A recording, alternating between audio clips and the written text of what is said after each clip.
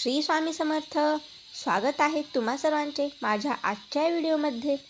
तर आजचा हा व्हिडिओ कशाबद्दल आहे हे तर तुम्हाला सर्वांना समजलेच असेल.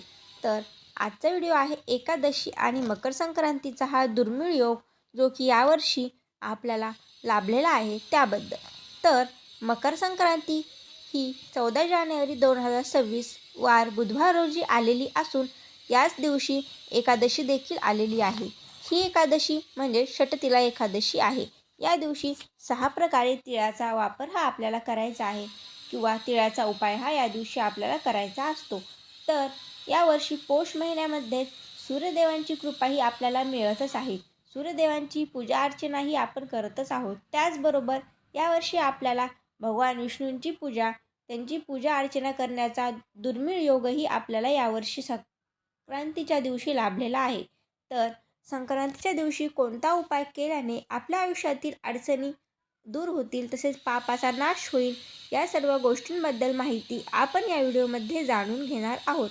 तर हा व्हिडिओ न चुकता शेवटपर्यंत नक्कीच बघा आणि जर तुम्ही माझ्या चॅनलवर नवीन असाल तर चॅनलला सबस्क्राईब करायला विसरू नका. त्याचबरोबर जर तुम्हाला हा व्हिडिओ आवडला तर व्हिडिओला लाईकही करा. तर सुरुवात करू आजच्या व्हिडिओला. तर यावर्षी एकादशी आणि मकर संक्रांत हा मोठा महासंयोग एकत्र आल्यामुळे आपल्याला यावर्षी भगवान विष्णूंची कृपा देखील प्राप्त होणार आहे. तर आपल्याला या दिवशी सर्वात प्रथम सकाळी लवकर उठून स्नान करून सूर्यदेवाला अर्घ्य द्यायचे आहे. त्यानंतर आपल्याला भगवान विष्णूंची देखील सेवा करायची आहे. म्हणजेच आपल्याला आपल्या देवघरामध्ये भगवान विष्णू व माता लक्ष्मी यांच्या नावे एक दीप प्रज्वलित करायचा आहे व त्यासमोर बसून विष्णू सहस्त्रनामाचे किंवा हरिनामाचा जप हा आपल्याला या दिवशी नक्कीच करायचा आहे. त्याचबरोबर संक्रांतीच्या दिवशी एकादशी आल्यामुळे बरेचसे प्रश्न उत्पन्न झालेले आहेत.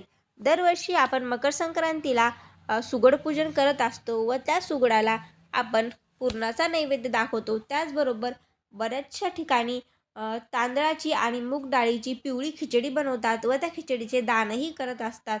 तर यावर्षी आपल्याला मकर संक्रांती साजरी करत असताना आपल्याला एक बदल हा यावर्षी करावा लागणार आहे.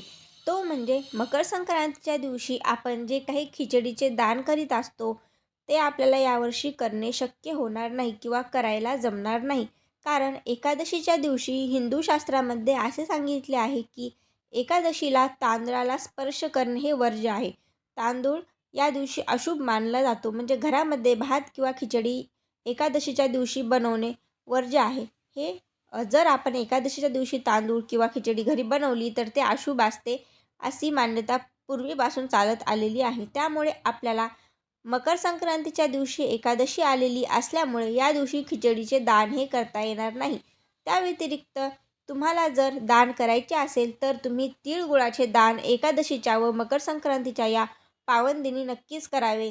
यामुळे तुमच्या पापाचा नाश होतो व तुम्हाला आयुष्यामध्ये नवीन बदल हे नक्कीच जाणवतील. तुमच्या अनेक समस्या ह्या मिटतील. मकर संक्रांतीच्या दिवशी एकादशीचे जे काही मोठा संयोग जुळून आलेला आहे हा तब्बल 23 वर्षाने आलेला आहे असे सांगण्यात येत आहे. तर असे म्हणतात की पौष महिन्यामध्ये सूर्यनारायणाची पूजा केली तर आपल्याला आपण कोणतेही दान केले तर त्या दानाचे 1000 पटीने फळ हे मिळत असते. तर या दिवशी तर एकादशी देखील आलेली आहे तर भगवान विष्णूंची देखील कृपा ही आपल्याला लाभणार आहे. त्यामुळे तुम्ही मकर संक्रांत आणि एकादशी या दिवशी नक्कीच तिळाचे दान करावे, वस्त्रदान करावे. तुम्हाला जेवढे शक्य होईल तेवढे दान करावे. असे म्हणतात की या दिवशी केलेले दान हे आपल्याला 1000 पटीने फळ देते. म्हणजे तुम्ही एक साधी गोष्ट जरी दान केली तरी भगवान विष्णू व सूर्यनारायण हे तुमच्यावर अखंड अशी कृपा ठेवतील व तुम्हाला त्या दानाचे 1000 पटीने फळ हे नक्कीच मिळेल. संपूर्ण वर्ष तुम्हाला आनंदाने आणि सुखाचे जाईल.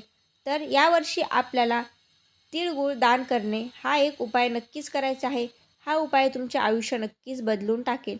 त्याचबरोबर तुम्हाला या दिवशी खिचडीचे वाटप करणे शक्य होणार नाही.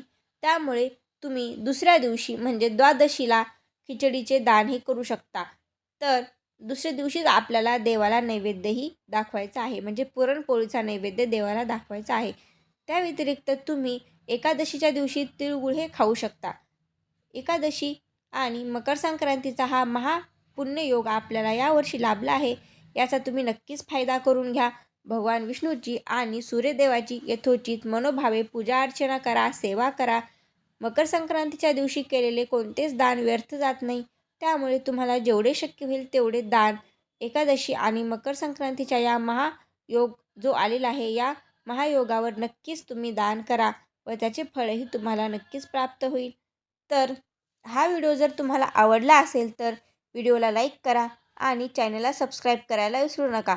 पुन्हा भेटू अशाच एका व्हिडिओमध्ये. तोपर्यंत श्री स्वामी समर्थ आणि तुम्हा सर्वांना मकर संक्रांतीच्या हार्दिक शुभेच्छा. तिळगुळ घ्या, गोड गोड बोला.